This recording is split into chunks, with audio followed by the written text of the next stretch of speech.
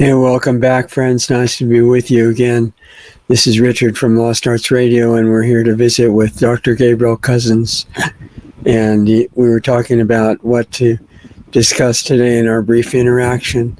And he's got some comments about the way people are thinking in terms of blood libel and mob psychology and things that apply to world events right now. So welcome, Dr. Cousens, and let's get into what you were talking about.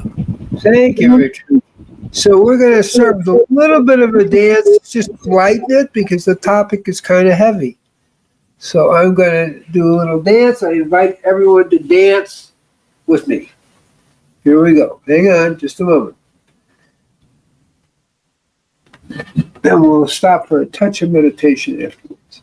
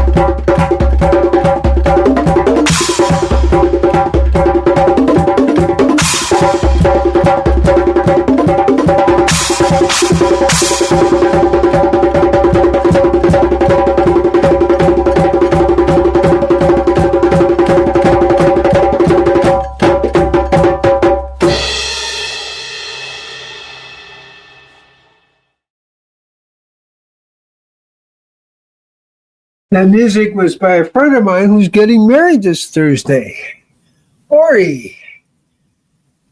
And so just honoring Ori for his nice drumming. Okay, let's take a minute of silence, and then we'll start our discussion.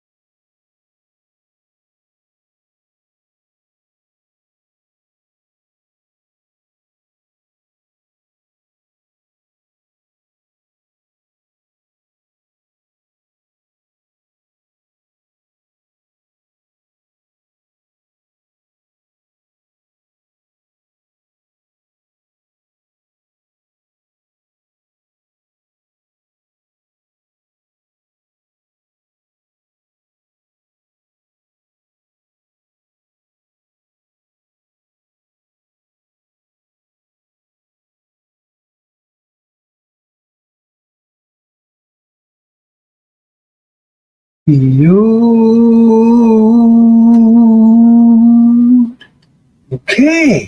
welcome everybody. Little prayer. Shemiku Kudashabrihu Ushinate Be Ila Imulaya Chimiki Pavoke. Yiddish Shem Kuzreal Kolam Amen. That's a blessing of merging the heart and the mind. That is what is needed here in the world today. And that's really what we're going to talk about. Is there's so many stories, Russia, Ukraine, the Middle East, Israel, Hamas, Syria, the Druze, Sudan, where hundreds of thousands of people, Pakistan, India. It just goes on. What is the problem here? And there's something that happens with humans. Let's talk about the Salem witch trials. It's like, burning the witches because they were into, well, we don't know exactly what they're in, but mostly into herbs and medicines for people. And you're burning them because people just freak out. And we call it often a blood libel. The regional blood libel, no, it's not the regional blood libel, but the classical blood libel is that in Europe in the Middle Ages, there were rampages into the Jewish ghettos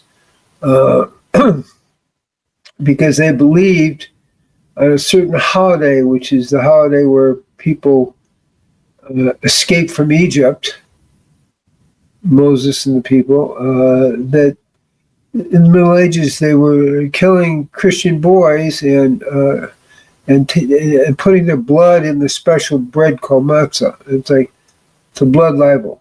It's a blood lie. It's a lie that creates blood and death.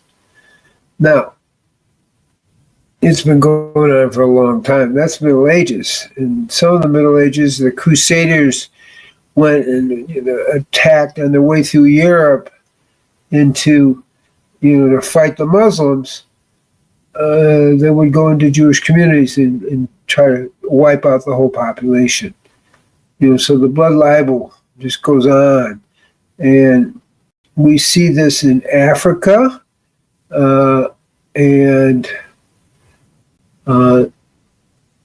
in many places around the world, Russians, Ukrainians. I think Melania Trump wrote a letter to Putin about we got to stop the war, we got to stop killing the kids, or kidnapping the kids, which apparently, I don't know if the Russians are doing it or not, but that is the blood libel. They're kidnapping and taking the kids.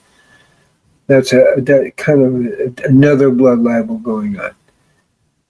And of course, the blood libel about the starvation of Gaza, which Huckabee, the ambassador, the Christian ambassador from U.S. to Israel, is saying, no, that's not what's happening. There's literally thousands of trucks with all kinds of food that the UN won't really deliver because they want to control all the food deliveries. And the U.S. has certain companies now that are getting food to people. I think over 1.2 million meals have already been delivered. And but the other food, now they're forcing finally the UN to deliver it. Now, the UN was in cahoots with the Hamas, and they were stealing the food, and Hamas was then selling the food to the people and financing itself with it. Okay. And so now American companies are coming in and just giving the food away and creating safe zones. But even around that, there's these kind of blood libels going on. What's going on? How does this happen? Okay, there's no starvation happening. That's pretty much finally people are beginning to agree with that. Okay. But then you have other things. There was Arab town was setting fire to some of the people living in Judea and Samaria to their crops. And the people came out to stop the fire, but the fire kept going, and it went into the cemetery and reached the church. It stopped. They were able to stop it before it got to the church, in the church. It didn't burn the church down. But that becomes a blood libel. The Jews are burning Christian churches, which is just not the case. Today I heard a Christian man who's doing a lot of work trying to feed the children really all over the world, but now he's focusing in Syria and Gaza, and he's kind of laying out what he's seeing. And he's really describing again blood libels. There really isn't starvation, but we do need to feed people. And in Syria, he's working with the Druze. Same thing. They're killing the Druze. Israel's supporting the Druze, but all this is going on, and it's just one thing after another of how this is working. Just as a little point, in fact, I, a few years ago, did a tour. My wife and I did a tour with a Christian tour guide in Bethlehem.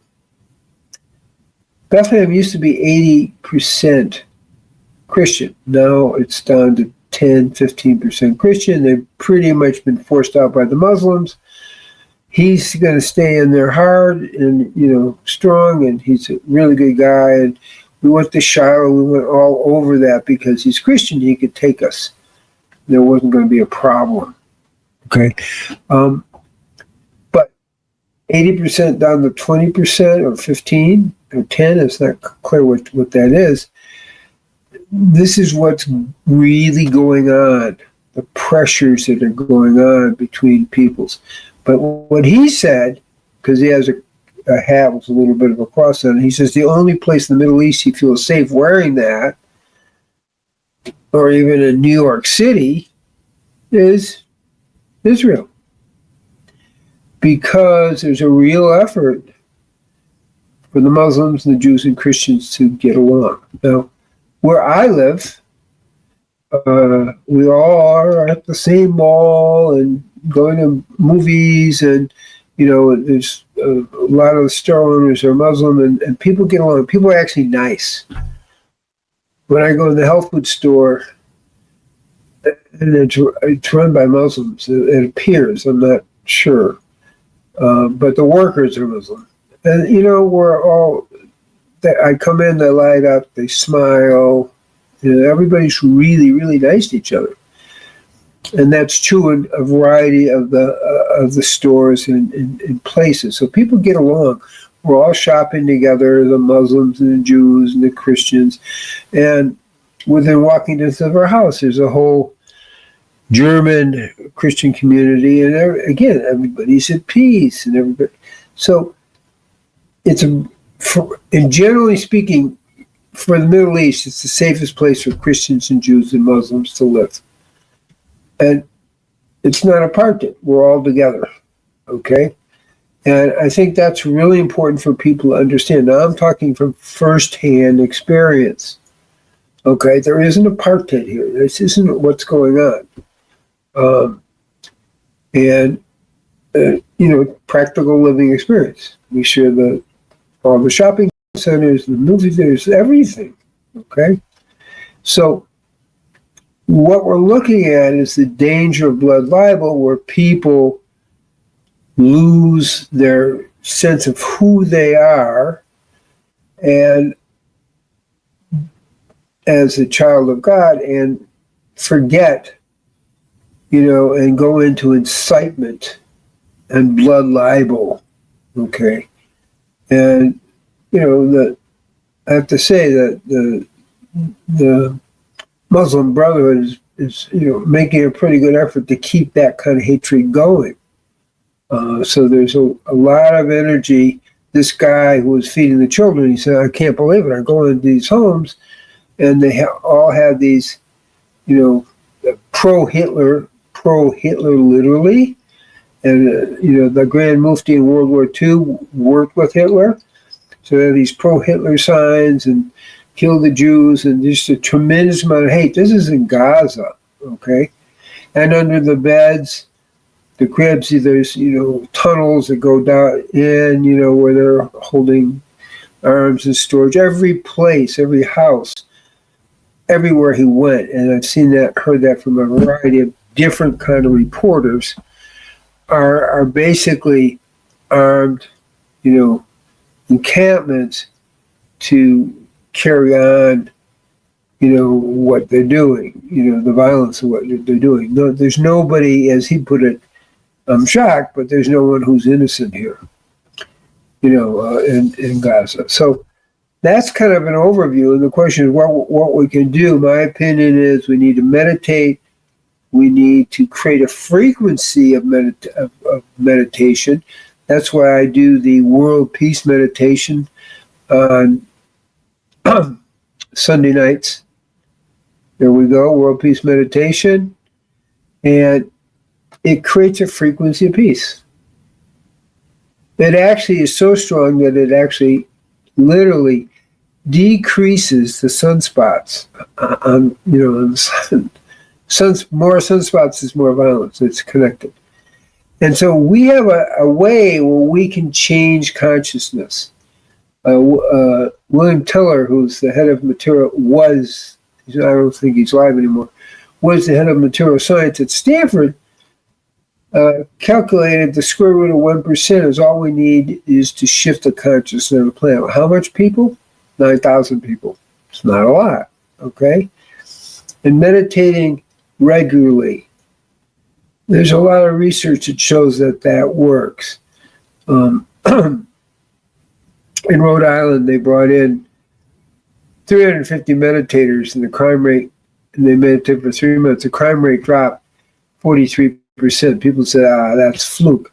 We came in the next summer, and the crime rate dropped 49%, as compared to previous exact times. So we know from our inner peace, we can create outer peace. That's where it goes. And we need to avoid incitement. So you can go to drcousens.com to get an insight into that. We're also having a spiritual fast in October. And again, just go to drcousens.com to get the information you need on that. And it's an internet fast, so it goes all over. And that's what we can do. When people fast, when they meditate, we clear up, physical, emotional, mental, and spiritual imbalances. And we get in touch with our holy rhythm. The world is continually pushing us out of our holy rhythm, and that's why this is all over. This is why you see it, the witch burnings and, the crusades. And, that didn't start October 7th. I'll put it that way. So I'm going to turn over to Richard for a little bit. And that proves you. Yeah, I totally agree with it. The one issue is getting back in touch with who we are, because our basic nature is not the craziness that we see in the world today. It's being artificially sustained by leaders that have that as their business model, and then above that, a satanic agenda to destroy the human population and life on the planet. And it's really something hard for most people to grasp, but that's what's going on in the background. And the main power is held by the regular people, but if they're unconscious, then it doesn't help. And this is all a drama to see if we can regain our consciousness during all the distractions of life. And I think that's what you're talking about. That's exactly what I'm talking about. And our job is to break out of that incitement lifestyle, incitement way of thinking, get in touch with who we are, and from that place of inner peace began to create outer peace, which we can do. The model is there. We know it works. And now we just have get enough people to make it work. So that's the key. And hopefully it will happen. So I'm going to, again, invite everybody to join us at the World Peace Meditation every Sunday at approximately 11:30 East Coast time. It's worldwide meditation. We can do this. We can do this. And that's the very important thing. It's really easy to get hopeless, but we don't want to do that. It's a major psychological, it's a psyop. That's what's going on. So that's what our role is to not fall for the psyop and do what we can to shift the consciousness of the planet. Anything more you want to say, Richard? I want to refer to the cartoon written by Gary Larson, where there's a field with a bunch of cows grazing on the grass, and there's a truck parked in the middle of the field, and there's a ramp going up into the back of the truck, and the ramp has hay on it, beautiful hay to attract the cows, and on the side of the truck it says Bob's Meat Truck, and the cows are walking up the ramp into the meat packing truck, and having a great time, and it's a wonderful day, and there's a one cow running around the outside, and the cows eating the grass are saying, "Can you believe that crazy conspiracy cow, George," or whoever it is, saying that this is a trap and not enjoying this beautiful hay, and the distraction is going on, and the time is going by, and we're walking into the meat truck, and it would be good to become conscious and to turn around. Great. A great way to close this. That's perfect. It is time to become conscious and turn this whole thing around, because we're the majority. And we can do it. So great. So I just bless everybody that we can understand that we can do this. We can make a difference and turn this energetic around and actually create a world filled with real peace and love and oneness and a sense of respect for each other. Thank you, Gabriel. I think the only thing I would add to that is that in addition to the numbers that you mentioned, there's unlimited potential with each individual. And if you get millions of people meditating half-heartedly, it's not enough numbers. And if you get one who does it completely, it can spread and be contagious. So don't underestimate your own power and become conscious of where your attention is staying. So all the programs are at drcousens.com, and I think we're just in time for ending today because Doug is leaving on the hour, and it's great to get to meet you again to go over these things in person, and we'll look forward to doing it again next week. Okay. Thank you, Richard. Thank you, Doug.